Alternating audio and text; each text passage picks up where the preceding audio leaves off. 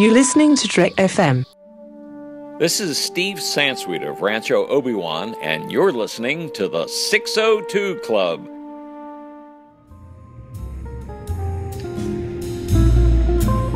There was a little bar in Mill Valley where all the Starfleet trainees used to go. The 602 Club. You know it. I was there more times than I can remember. Sir, it's time for you to stop this unhealthy behavior. No, it's not. You need to take responsibility for your life. Not right now, I don't. And it starts by raising your son. I'm sorry. I literally have no idea what you're talking about. The young orphan you adopted at the gala, remember? Wow, stairs. He's been living here for the past week. Hello, table. And I must say, I've grown rather fond of the young lad. Hello, secret camera. You should get to know him. You and he have a lot in common. Oh, God. Alfred, you've been watching way too many Lifetime movies. Whoops! Wait, what are you doing? Dusty? Welcome, everybody, to the 602 Club. Welcome to Gotham, everybody. I hope everybody's having a good time. Not everybody can be as cool as me or my co-host this week, but hopefully you can try. We're not actually going to talk like that all episode, I promise. But we're excited. We're going to be here in the 602 Club talking about the Lego Batman movie. And I am very excited to have a guy who, this was one of your biggest anticipated films, was it not, Mr. Schindler? For the year, yeah, I'd say it's up there. Yeah, for sure. Excellent. Then I have had the right person here in the 602 Club. Welcome back. It's great to have you. No, thanks for having me. Yeah, man. Well, before we dive into the Lego Batman movie, just a reminder, of course, you can find all of the shows that we do here on Trek FM on iTunes at itunes.com/TrekFM. We are a featured provider there. Now, while you're in iTunes, hit up the 602 Club with a star rating and review. Just looking as I say that right now. And no new reviews, so no one to thank at this moment. I will call out the most recent review from Hobbs-1. Thank you so much for your 5-star review. Really means a lot. And the tagline there at the top just says Greg. So I'm assuming that I should thank you, Greg. We really appreciate your 5-star review. And follow Greg's example. Go over there to the 602 Club on iTunes and give us your star rating and review and let us know what you think of the show. Also, help the show grow. Help other people find us by doing that. You can find us on Twitter at TrekFM, Facebook at facebook.com/TrekFM. If you have any thoughts or anything about any of the episodes we've done, ideas for episodes, you can go over to trek.fm/contact. Just choose a show, choose the 602 Club. That'll come straight to me and any of the co-hosts that week. And then, of course, you can find us on the Babel Conference, which is the listeners-only discussion group. And it's a great place to dive in with other listeners about everything we're talking about here on the 602 Club and across Trek FM. Go to Facebook, type Babel into the search field there, or if you're on our website at trek.fm, which is a great place to go to check out all the different shows, show pages, click discussion on any of those menu bars, and it'll bring you to the Babel Conference as well. Well, Mike, this is a movie that I feel like we were building a lot of anticipation for. And I know for me, I really liked the Lego movie even more than I thought I would. Now, right up front, I grew up playing with Legos as a kid. Like, legitimately, hours upon hours. Okay, so I still play with Legos, but I would spend hours doing it as a child, and so to see that come to life, and just the Lego movie surprised me with the depth that it had, and it turned out to be just a very good film. And so, coming into Lego Batman, my expectations were pretty high coming off of that. What about you kind of coming into this film? Yeah, I was definitely anticipating it. I mean, anytime you have a new Batman movie, I'm always looking forward to it. But I think, as far as the Lego movie stuff is concerned, I think they really kind of proved themselves with that one because, like you're saying, it's kind of ridiculous to think that a movie based on Lego would be good. There's no reason to think that it would be. And, it was really kind of crazy outside of the box thinking, no pun intended, that made that movie work. The idea that it was very much an adaptation of what, the toy is, and it's got some really, sort of interesting, maybe, subversive thinking going on in its messages and everything, saying like, don't follow the instructions, just take these things and do whatever you want with them, be creative, that sort of thing. And I think that was really kind of crazy, and I'm actually shocked that they were able to get away with that. And I mean, was it super entertaining? I don't know. I think I admire that movie more than I actually like it, although I do think it's a decent movie, but I wasn't like head over heels in love with it like the rest of the world was. But definitely my favorite part of that movie was Batman. I thought that all that stuff was absolutely amazing and hilarious, and sort of a very interesting and cool and funny take on the character. So when I heard that, they were doing a sequel, a spin-off movie with Lego Batman, I was like, excellent. I cannot wait. And then, when they got Seth Grahame-Smith to write it, and, they had the, Chris McKay from Robot Chicken directing it and everything, I'm like, this is going to be solid. I cannot wait for this movie. And, I was definitely very highly anticipating this film.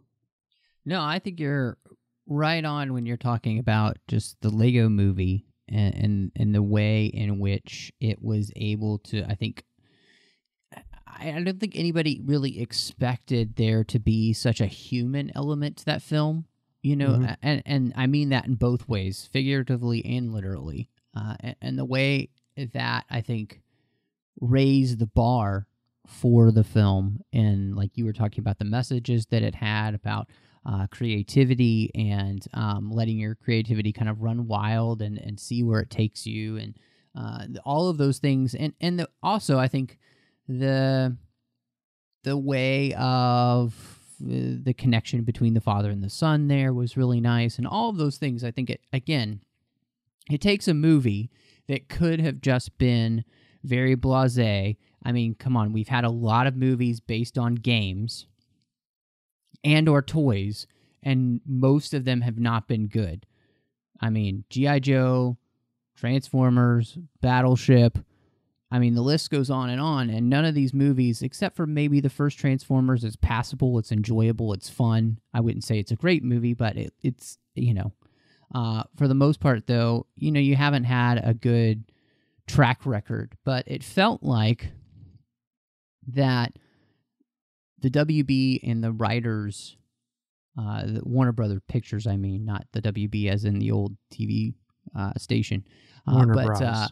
Yeah, the old TV studio, but did they really put a lot of thought into what they wanted to do with the Lego movie? So again, I think they did set the expectations pretty high moving into the Lego Batman movie. And I guess, so talking about that, what were your first impressions kind of coming out of the Lego Batman movie?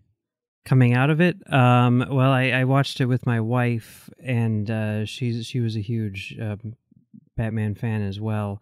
And I think coming out of it, our first impression was like, oh my God, the thing that she first said to me is like, we totally messed that up. We should have watched every Batman thing prior to this, because it is so jam-packed with so many, not just references, but really sort of like a deconstruction of the character that, in order to appreciate what they were doing in this movie fully, it would really help to have sort of a good knowledge of really every incarnation of the character.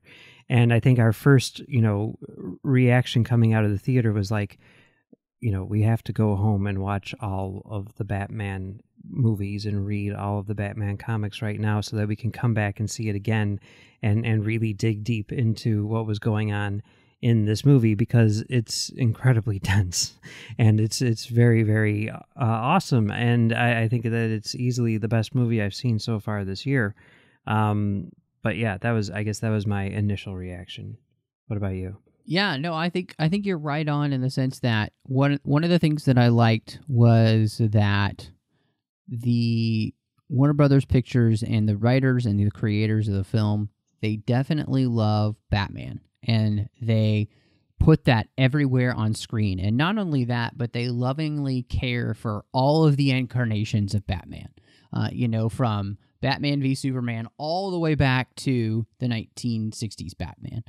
Even further back than that, even all the way back to the original serials. Exactly. Well, and all the way back to the first, comic. Oh, yeah, so the first comic too. I think what's wonderful about it is that you can tell that they have spent a lot of time studying all that stuff so that they can get their references right.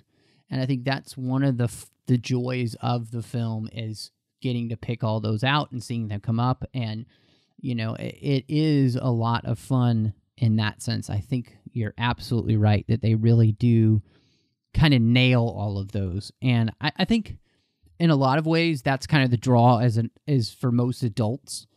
We're going to see a kid's movie. So, but they really do pay attention to their Batman lore, again, from BVS all the way down to, Detective Comics. So it's a really nice job that they do. And I think if there's anything that can be said for the film as a huge highlight, that's probably a number one.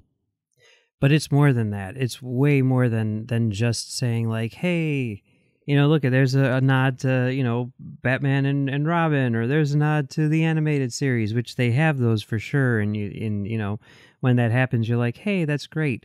But really what it does more than that is really sort of examine what it is that makes Batman Batman, and sort of dissect, the mythology and, in particular, a very sort of like weird aspect of the mythology, which doesn't really make a lot of sense in most incarnations. And that's the idea of the Bat family, Yeah. And sort of get into, it gets into not only why he has the Bat family, but also why, on the flip side of that, kind of like why, for the most part, he's a loner, why he doesn't have the Bat family. And it's kind of weird to be talking about this in, a movie based on a toy line, but it really does get, pretty deep into, the psychology of the character in a way that I think is more effective than most of the quote-unquote serious movies which try to do that.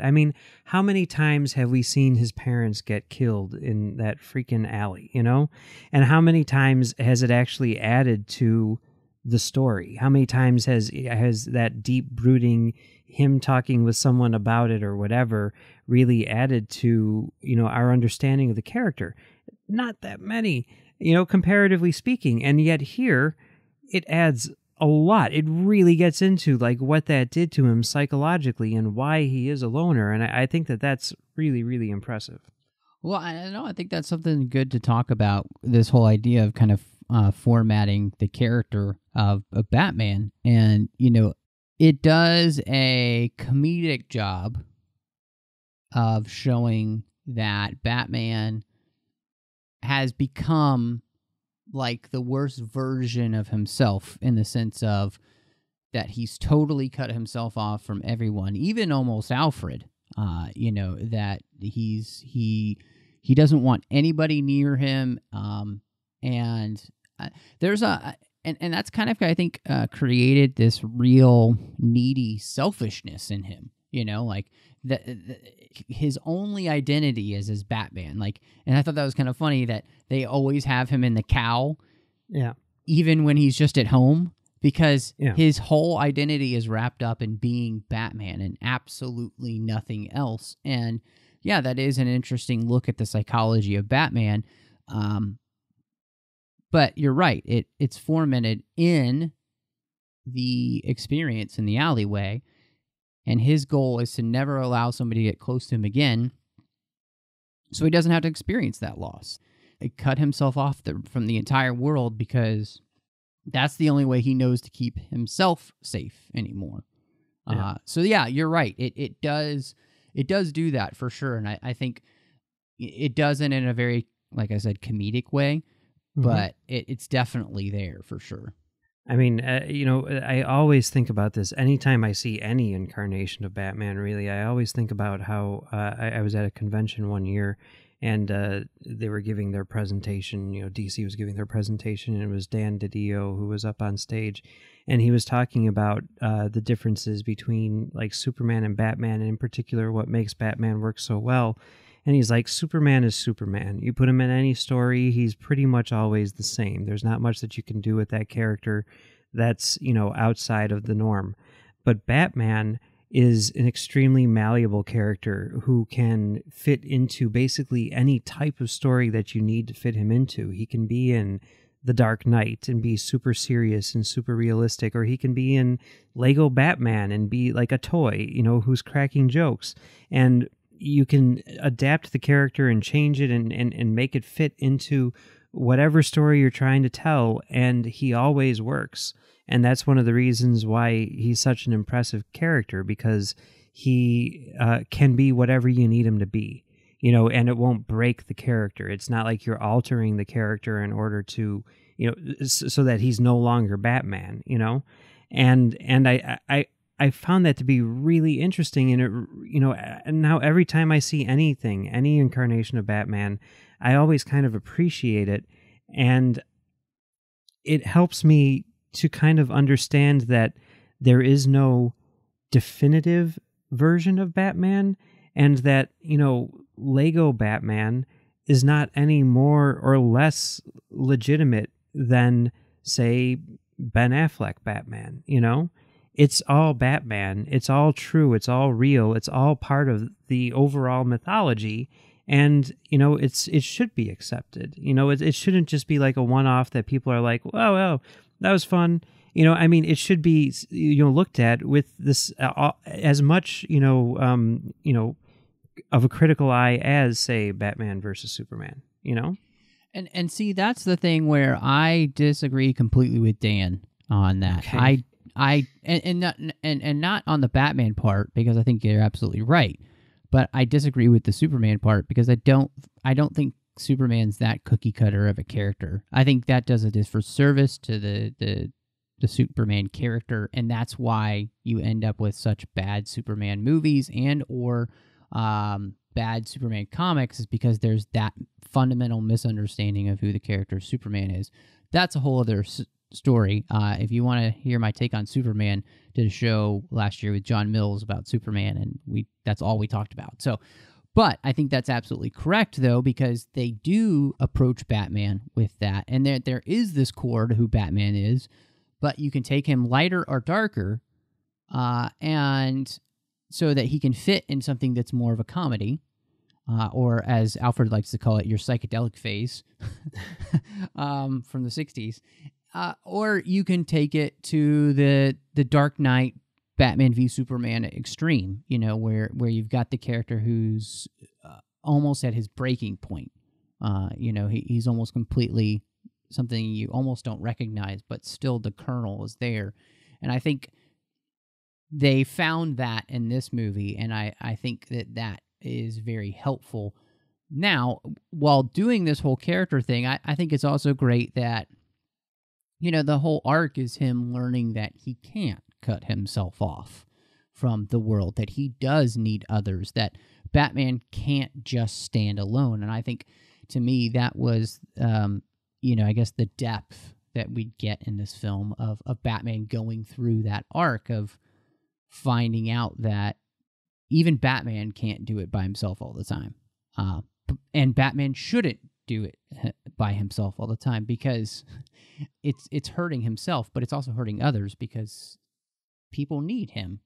They need him to be open with them and teach them and be friends and all that kind of stuff. And I thought that was a good message, because in general, how many of us have been hurt in life and want to pull away, and just we end up hurting people around us and hurting ourselves in the same process, because we're not willing to open back up. And that's a great message for kids to learn.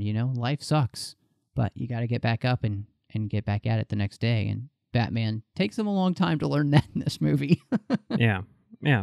But it makes sense. It really does make sense, because I mean, one of the things that he has to do is kind of accept what it is that is, causing the problem in the first place, and sort of deal with that issue before he can move on and become, a part of a team, and I think that works out pretty well.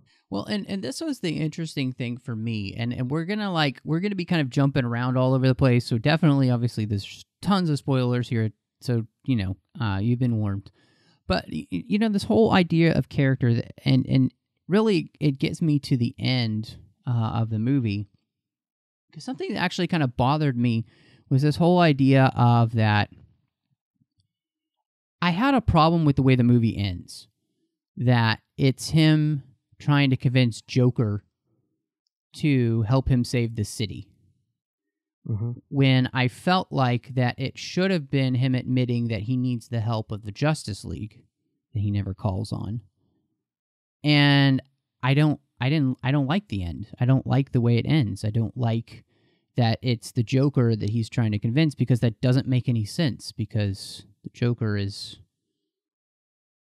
the bad guy. And I get the whole like funny part of that I need you, but I hate you.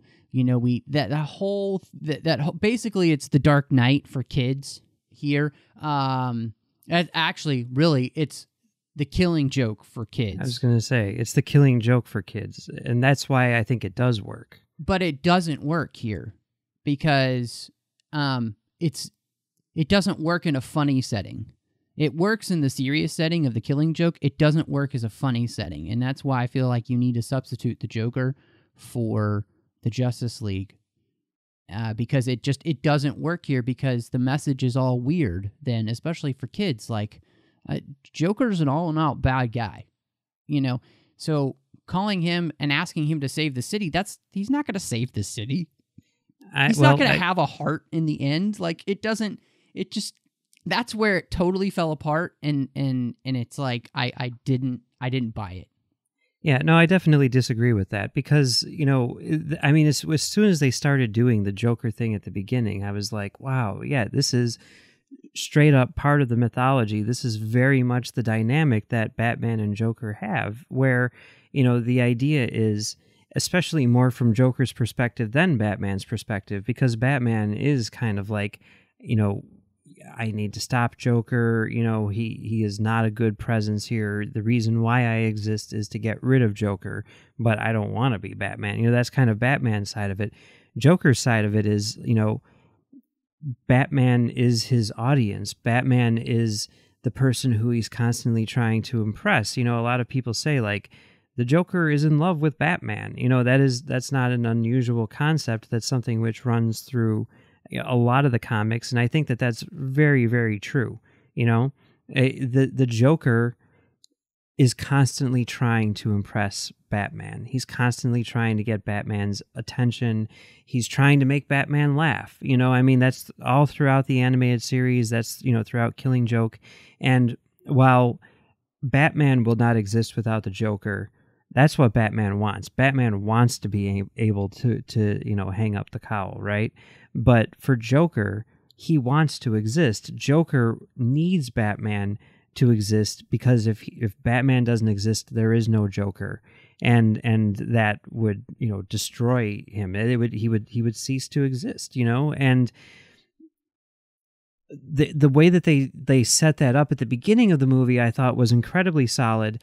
But the way that they bring it together at the end, while maybe not completely true to the dramatic whatever, I think that it does work, because it is showing, it is playing into the theme of Batman needing people and admitting that he needs people, whether they are family or villains or whatever.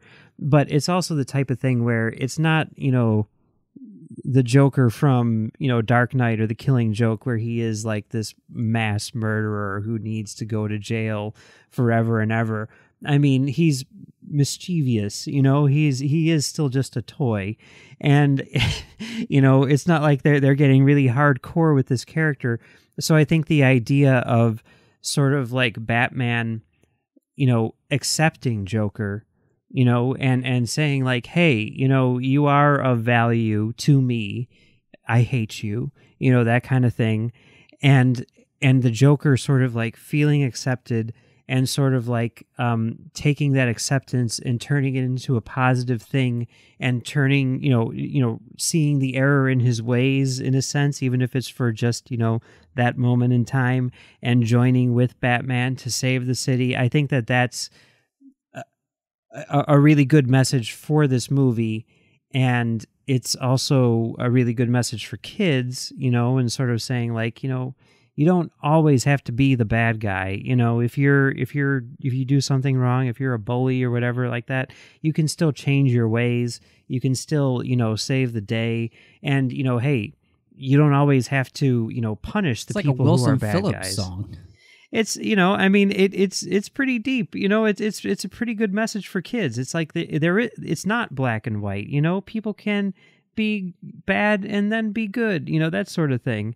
And I don't know, bringing Justice League into it, I mean, they could have done that, but that to me would have been like really unwieldy. And to me, it would have been nothing more than an extension of bringing the Bat family into it. I mean, that's the same sort of thing. Whereas I think by doing this with Joker, it's kind of like the opposite end of the spectrum, and it's dealing with some other issues which are bigger than just, like, hey, Justice League, come on and help me, Well, no, I don't know. But that's where I disagree, because again, I think the whole premise of this is with the Bat family, Robin and Batgirl, and then with the Justice League, it's Batman doesn't ask for help, and I think that's the important message that they missed, was Batman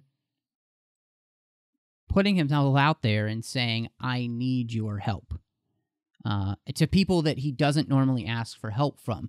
And it got, and I get what they're trying to do with the Joker, and that's, I mean, it's a cute thing, but, let's be honest, Joker's a psychopathic murderer, and in some continuities. No, even in here? this continuity, I mean, he's trying to destroy the city. He's legitimately tried to blow up the city at the very beginning of the movie. Yeah, but is anyone going to die from that happening? I mean, Batman's there to stop him. But my point is no. But what I'm saying is, like, does anyone die in the Lego universe? Well, I mean, I don't know. No, they don't die because Batman stops him. But my point is his goal was to destroy the city. So it doesn't. I think that the message would have been stronger and more in keeping with the arc that Batman is on, which is the main character, and that's all that matters, if it had been him asking not just for help from the Bat family, but also asking for help from the people he never asked help for, and never invite him to parties because they know they're not wanted. That's like, it was funny that he goes to the party and nobody realizes that Batman's even there, because Batman's never there. They never, Batman's not a part of the Justice League. So I just felt like the theme would have been stronger and less muddled if it had been those people they're asking for. I had no problem with him asking or accepting the help of the villains who were slighted by Joker.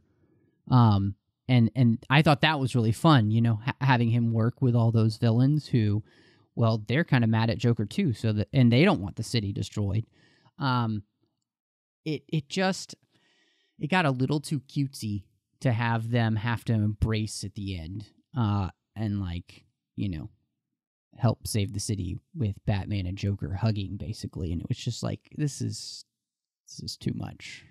Yeah, I didn't have a problem with that at all, and I do think that, while I see what you're saying with him asking help from people who he, never sort of acknowledges up until this point, I think that there's enough of that going on, throughout the movie, especially, in the ending, that you don't really need to bring in the Justice League there, and then you run into all sorts of problems in that, Batman really doesn't belong in the Justice League, because, I mean, when you're faced with a threat like that, it's like, okay, you've got, all these people who are, superhuman, I mean, once Superman's there, Batman can pretty much just sit on the side and do nothing, because he's Superman, you know?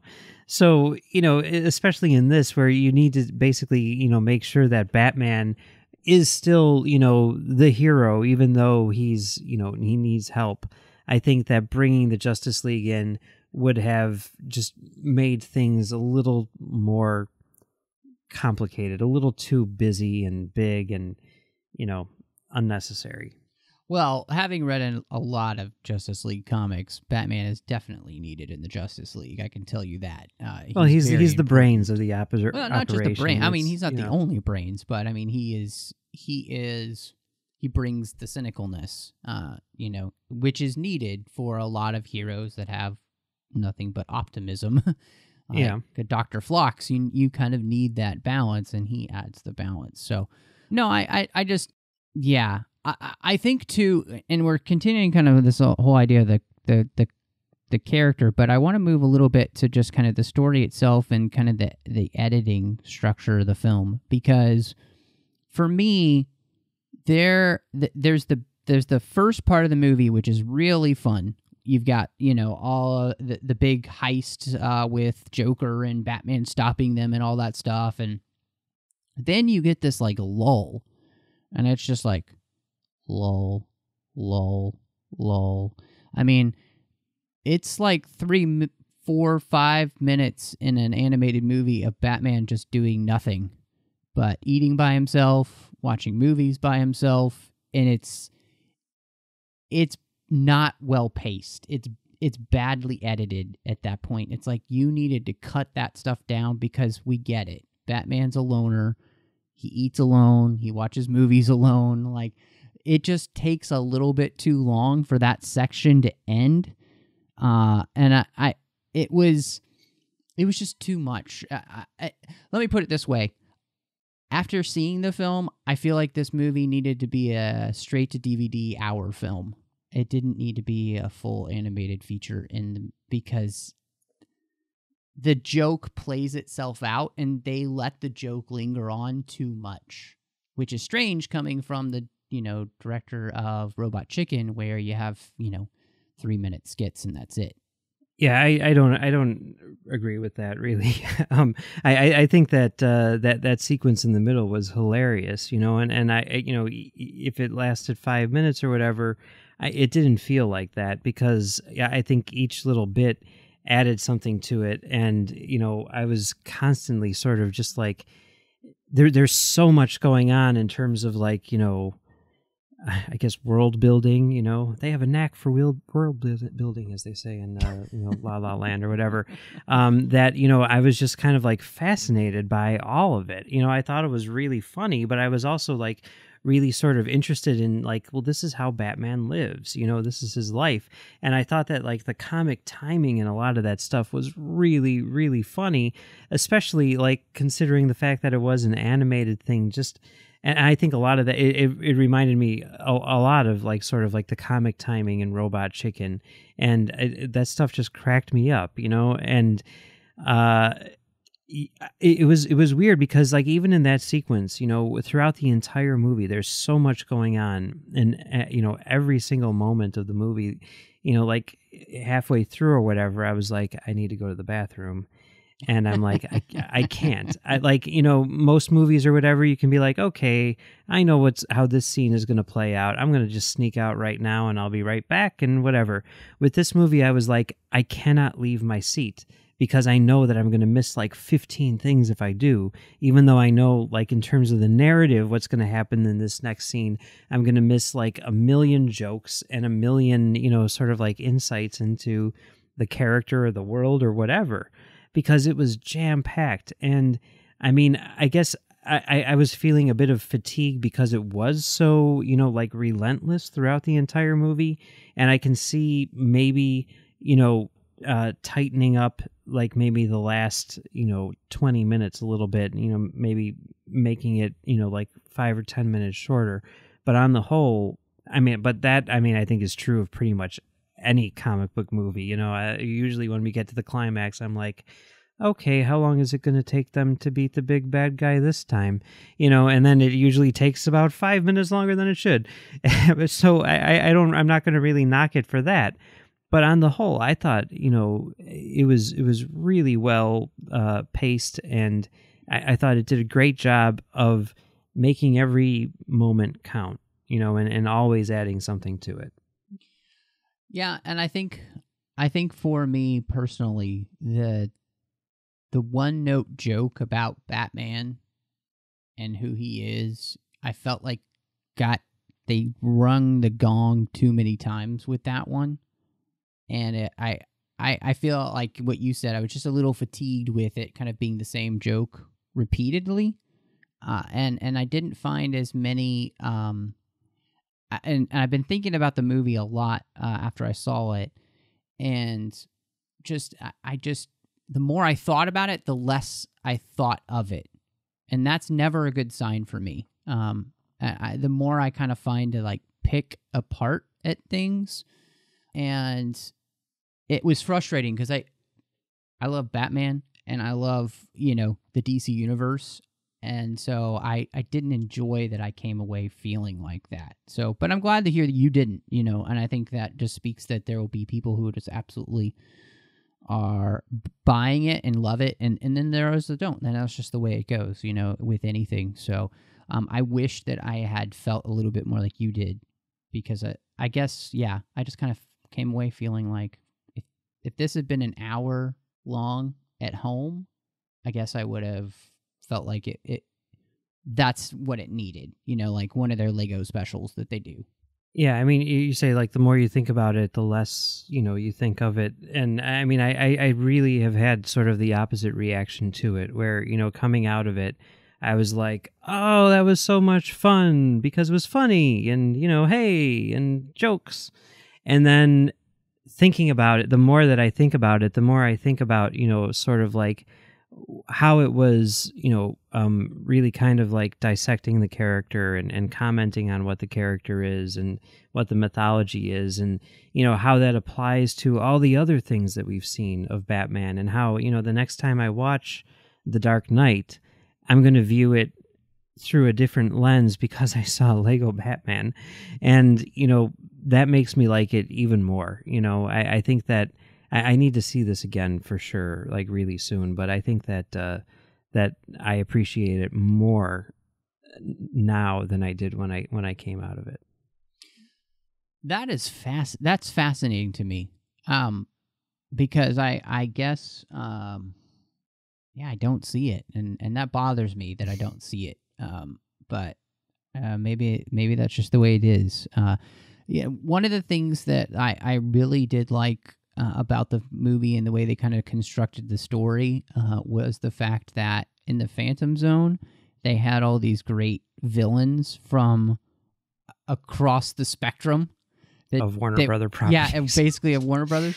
But it added those were where the jokes, like, it wasn't just about the Batman, but it became then a meta-narrative about movies in general. And so, when you have the Gremlins and Sauron and the Flying Monkeys and Voldemort and all that stuff I was finding really enjoyable. And it added a extra layer of funny, I felt like, in those scenes, especially during the end, that, okay, it's not just about the DC jokes, but it's now about, movies that we kind of grew up with, from all across the spectrum, from Wizard of Oz to the 80s to, I just, the Lord of the Rings, I thought that was great. And I really enjoyed that they went that far, because it also kind of brought up, so are all those just the different Earths, like you have the Lord of the Rings Earth, that they pull, Yeah. the Wizard of Oz Earth. Yeah. I mean, I didn't have any problem with that necessarily. On further reflection, I think, like, unlike the Lego movie, which was very much sort of about Lego, I think that this kind of falls into the same category as the Lego Star Wars movies that Michael Price does, where the Lego aspect to it is almost secondary. It is definitely secondary, but it's almost unnecessary. And I mean, it's fine. It works. It's not like it hurts it, But at the same time, part of me kind of wishes, like, if this were just straight up animated and it wasn't actually Lego, then it would probably be stronger, because it's much more of a Batman movie than it is a Lego movie. And, the bringing in the other characters, that kind of thing, I think that was in a lot of ways sort of like a nod to the Lego nature of it all. Yeah, the Lego dimensions, really. Yeah, yeah. So I kind of wish that stuff wasn't in there, just because it would have made it a bit more streamlined. And also, I mean, to be fair, I didn't get half the jokes because I don't know what a Harry Potter is. I've, seen like 2 episodes of Doctor Who and, maybe 1.5, Hobbit movies or something, so I'm like, I don't care about any of this stuff. I mean, that's just kind of part of it. I was like, did they get Ray Fiennes? Because he's right there anyway. Yeah, Why did they get Ray I Fiennes? was thinking the same thing, but it's not. But it's like, not. It's like Eddie Izzard or something. Yeah, like that, it is right? Eddie Izzard, which I thought it was hilarious that Ray Fiennes is Alfred, and then he didn't also play Voldemort. But the problem is that they sound too similar, so kids would just yeah. I mean, his voice is indistinguishable. Like if you watch a scene, just pick a scene on YouTube of Voldemort and listen. I mean, kids wouldn't be able to distinguish then. Why is Alfred all of a sudden Voldemort? Mm-hmm. It would have been bad. So, which leads me to the character foundations and the voice work. So, I mean, there's tons of people here. We're not going to talk through all of them. I don't even think we need to talk about Will Arnett because, I mean, he is genius in this role. Yeah, I mean, there's what can you say? But the one I really wanted to ask you about the most is Zach Galifianakis as the Joker. Yeah. And what did you think? Because I came away with a distinct impression, but I want to hear what you had to say first. I wasn't really a huge fan. I mean, I think he did a serviceable job, but he wasn't a standout to me at all. I think that we've heard a lot of various interpretations of the Joker over the years, and I mean, obviously, Mark Hamill is the Joker, and everyone else is just sort of like a variation on that. And I don't think that Galifianakis' performance brought anything special to the table. It's certainly not the direction that I would have gone in. Is it a bad, performance? No, not at all. But it doesn't rise to another level in the same way that, Will Arnett does, with Batman.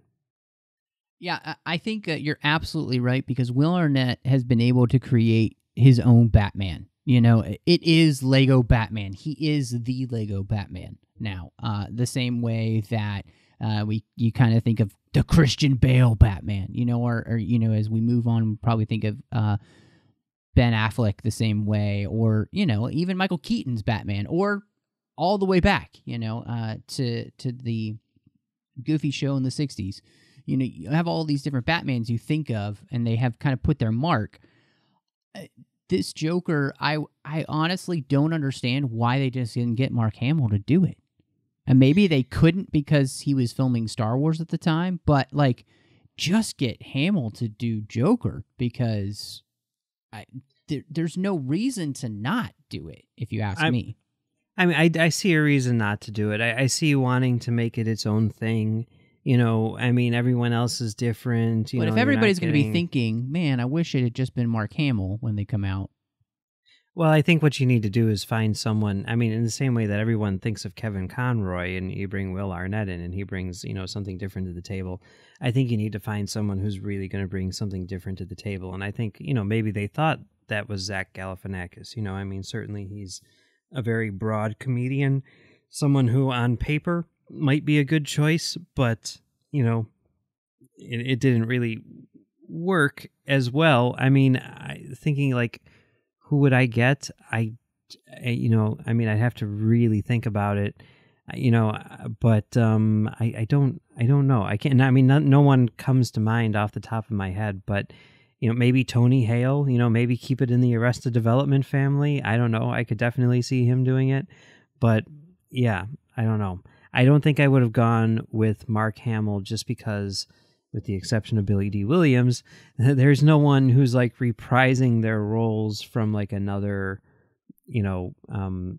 incarnation. And I think that is the correct way to go about it, Which, speaking of Billy D. Williams, he did not have enough lines in this movie. Like, I he needed was more barely Billy in it, D. For sure. Yeah. I do have to say, I thought it's wonderful that Michael Cera can still sound like a 9-year-old boy. His Robin was a lot of fun. It worked really well. I thought it was fantastic. And then, Ray Fiennes as Alfred Pennyworth, I thought was really good too. Brought a lot of fun to that role.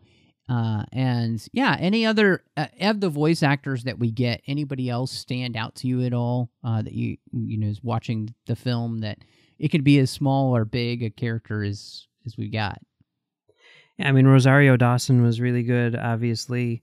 I love sort of the idea of Channing Tatum as, Superman. That was awesome. That really, works for me. And Jonah Hill as Green Lantern, because Green Lantern really is always sort of like the kind of like, why are you here sort of thing, Which is so sad, because if you read the comics, Hal Jordan is just an incredible character. And I totally bought into that. Done service. I totally bought into that for years and years and years. And then it took me about a good 10 years before I finally realized, like, you know what? I don't think I've ever read or seen a Hal Jordan story which I've liked. I'm pretty much convinced at this point that Hal Jordan is just a crap character. And if you want to do Green Lantern, you should either get Kyle Rayner or Guy Gardner, because Guy Gardner is the bomb. No. I've read plenty of Green Lantern, and Hal Jordan is fantastic, especially in, I'm thinking, he's great in Rebirth, with Green Lantern Rebirth. He was excellent in Blackest Night. I mean, all all these are Jeff Johns things, right? I'm totally over Jeff Johns. Well, there's another guy. Yeah, Jeff Johns is a fantastic comic book writer, though. Someone needs to point me to the good Jeff Johns stories, because I keep on reading the ones that people say I should be reading, and I'm like, nothing happens. This is 120 pages of nothing. What's going on here? When's he going to write something? Brightest Day is also good too. So no, I don't. I personally, I love Jeff Johns. I've read a ton of his work, and last year I read an exorbitant amount of comics that I had, like big events that I'd missed, and a lot of them are written by Jeff.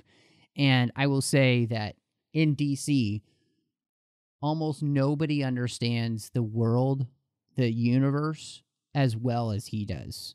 He gets all the characters relate to one another. He gets the characters themselves pretty much better than anybody. And he's a fantastic writer. So, I after having read so much Green Lantern, I like Hal Jordan. I like him with Jon Stewart too. Those two together are fantastic, because Hal Jordan's the cocky son of a, and how Jon Stewart's more the kind of straight man, and they play really well together in the comics, especially right now. So I'm trying to think if there's anybody that really stuck out to me that I really enjoyed. And I guess I got to say Ellie Kepner as Phyllis, the block running. The Phantom Zone was hysterical. I love her voice, and she's so good at that kind of stuff. So, nobody else really stood out to me. I think they all did a good job for the most part. The only person that Zach Galifianakis, not great. But just FYI, it has come out that Rosario Dawson would actually like to play a live-action Ahsoka, so I'm all for that. So, yeah, anytime someone says something like, Rosario Dawson wants to play a live-action Ahsoka, my response is always, me too. Because why not? Yeah. If anyone, I would. No, what I'm saying is, like, I would love to play a live-action Ahsoka. Yeah. But when I read that, my thinking was like, you're saying this when you're promoting a voice acting gig, Meanwhile, Ahsoka has someone who has been performing that for freaking years and is perfectly capable, I'm sure, of, performing live action Ahsoka. Yes, she could, and I would have no problems with it. So it would be wonderful if they actually did that. But thinking about just kind of assembling the music in the animation, I wanted to ask you just kind of about how you thought all of that worked, especially because, I mean, for me, I felt like they really upped their game animation-wise from the Lego movie to this movie. Yeah, I don't know if they really upped their game necessarily. I thought it was really good, but I thought it was really good in Lego Movie as well. I mean, I love the way that they do animate these movies where it feels like it's stop motion animation. It feels like something that you would do with Lego at home, with your camcorder or whatever the kids use these days. And, I always... iPhones. Yeah. And I always really loved that aesthetic of the first one and the way that, the pieces almost look like they're being photographed and they have all the little damage, from playing with them, scratches or whatever. And all that stuff was really good. I do have to say, I was debating really, hard whether or not to see this movie in 2D or 3D, because the 3D is so good in the original Lego movie. And I opted for 2D just because it was in IMAX and the only show that they had. And I thought it looked fantastic, and I thought that it sounded fantastic as well. I mean, you mentioned the music. The score I thought was perfect because it really did sound sort of like an animated version of the Hans Zimmer stuff in Dark Knight, and that kind of thing. And I thought it was a great score and a great sounding movie on the whole. And yeah, you're right that the animation was really, really good. Yeah, I'm right there with you. I feel like that, and when I say that they just upped their game, I feel as though that the animation, it just looked crisper and clearer, and the look of all the pieces was even more defined. You really did feel as though you were in a Lego set, you could see all the individual. I mean, even thinking of when they're breaking into the plane at the beginning and they're using the fire, and it's all these little fire pieces that are falling. Just the attention to detail is phenomenal. Being somebody who is a fan of the toy Lego, it looks amazing. And I agree with you too. The score, it does sound like kind of a culmination of all the Batman scores kind of into its own thing.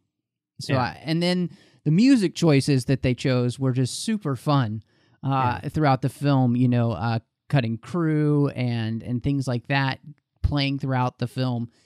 Those were some of the things that had me laughing the hardest when certain songs just came on. And, when Robin's getting, changing his clothes and he's looking for a song and it's "Wake Me Up Before You Go, Girl." And I'm like, oh, no kid is going to get where that song comes from, but it's just hysterical, really good stuff. Yeah, for sure. Yeah, they did a good job with the music. Yep. So I guess it all comes down to the big question then of what do you rate Lego Batman? I guess if I'm rating it on like a 4-star scale, I would probably go with like 3.5 stars. I do think that it is the best movie of the year so far, and to be completely honest, this year has started off fantastically well. As far as movies are concerned, we've had a lot of really, really solid movies come out the last few weeks, and this one I think is definitely the best of all of them, which is really saying a lot. I mean, it could very easily end up on my top 10 at the end of the year. And I think that is really interesting because this is the fifth Batman movie to be released theatrically in the span of a year, which is insane. I mean, what kind of, world are we living in? This is amazing.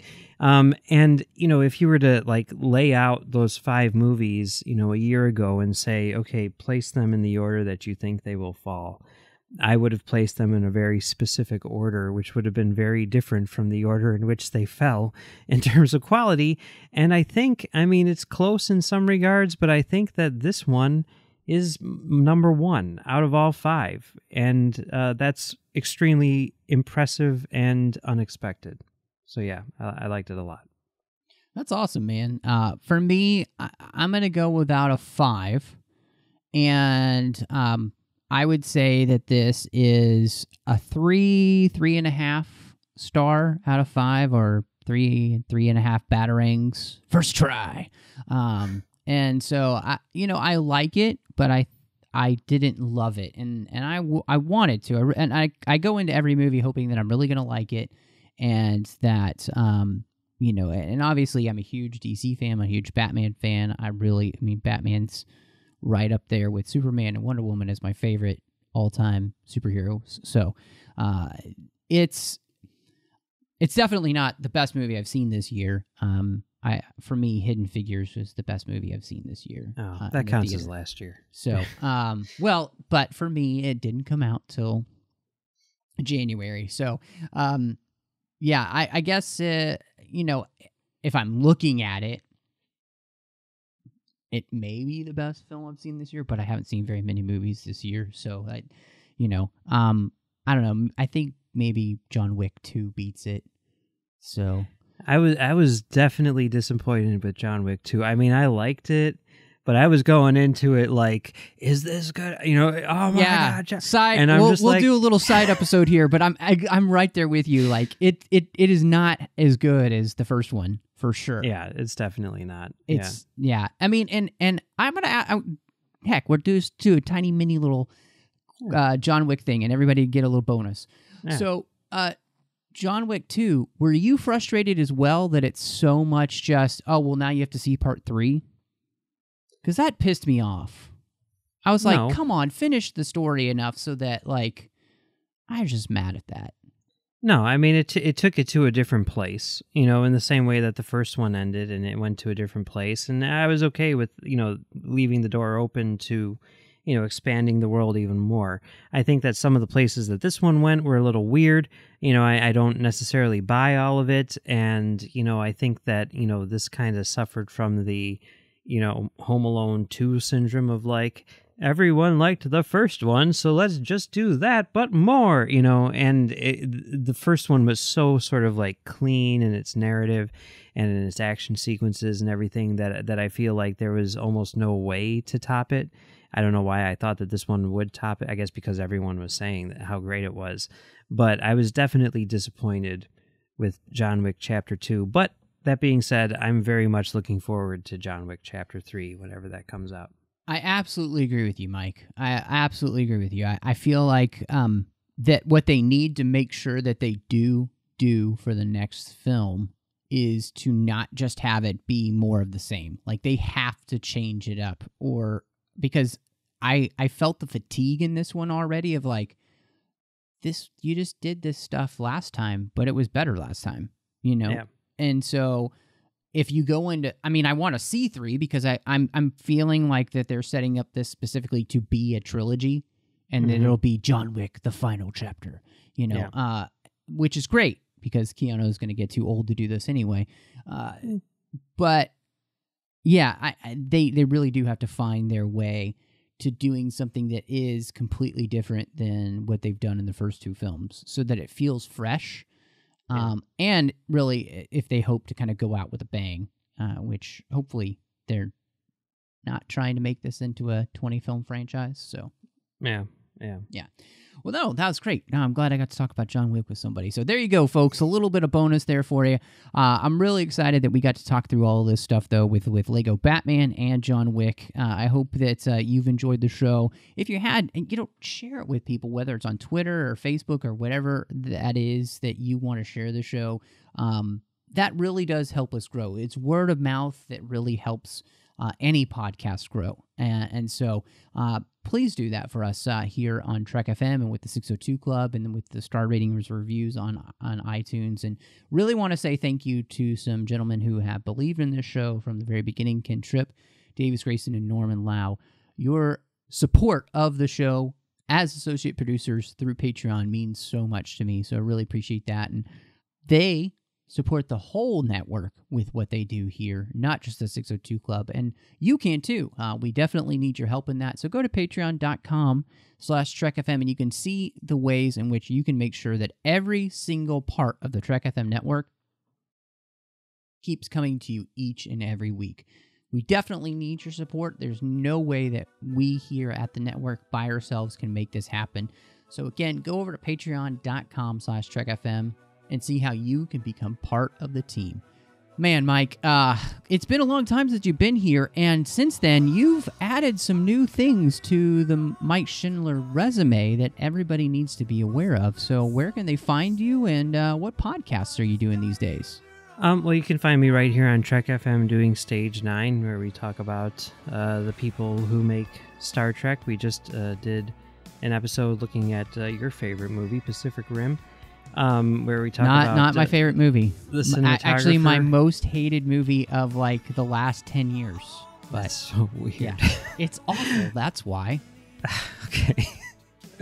But yes, we talk about that movie and Guillermo Navarro, the cinematographer. He's shooting the Discovery pilot, so that's exciting. And you can find me on thenerdparty.com doing Great Shot Kid, which is basically the same exact thing as Stage 9, only we talk about the people who make Star Wars instead of the people who make Star Trek. We just did an episode on American Graffiti. Which was a great episode, by the way. Everybody should be listening to that. Well, thanks. I appreciate that. And then you can find me over on commentarytrackstars.com doing Commentary Trackstars, where we do audio commentaries and various other things. We just did, as an interest to people on the network, perhaps, we just did a commentary for Star Trek Beyond, me and my co-host Max, where we dissect that movie. So check it out, and you can also find me on Twitter at Mumbles3K. Well, awesome, Mike. You can find me on Twitter at MattRushing02. You can also find me over on Instagram at MRushing. I'm here on the network with Chris Jones doing The Orb, talking about Deep Space Nine. We do hope to be back soon. As long as Chris' health continues to improve, which we are very thankful that it is. Your thoughts and prayers are definitely very, very much appreciated in that. Now, I encourage you, go over and check out the website, Trek.fm. Choose The Orb. Check it out. I updated all the show pages, so there's a brand new look there. So I hope everybody will enjoy that as we gear up, hopefully, to come back with that show. Of course, you can find 602 Club and Star Wars The 602 Club Collection on iTunes, both of those feeds. If you love Star Wars and just want to get all the Star Wars episodes, that's there for you. On the Nerd Party Network, just like my good friend here, Mike, I'm doing Aggressive Negotiations with a man that we are both familiar with, John Mills, and we just talk Star Wars each and every week. It's fun, goofy, serious, silly, esoteric, weird. It's everything that you can fit in with Star Wars, and we talk about it all. That's Aggressive Negotiations. And then I'm doing Owl Post, a Harry Potter podcast with Drea Kaufman, and we are walking through every single chapter of Harry Potter, one chapter at a time. So if you're like Mike and you've never really gotten into Harry Potter, it's kind of the perfect time to do it because we're going really slow and we're taking it a chapter at a time so everybody can read a chapter a week. If you're a huge fan, we also dive into some of the ways in which those chapters connect all over the place and what Rowling is doing. So I hope you will check both of those shows out, all of those shows. Well, thank you so much for joining us, and y'all come back now, you hear?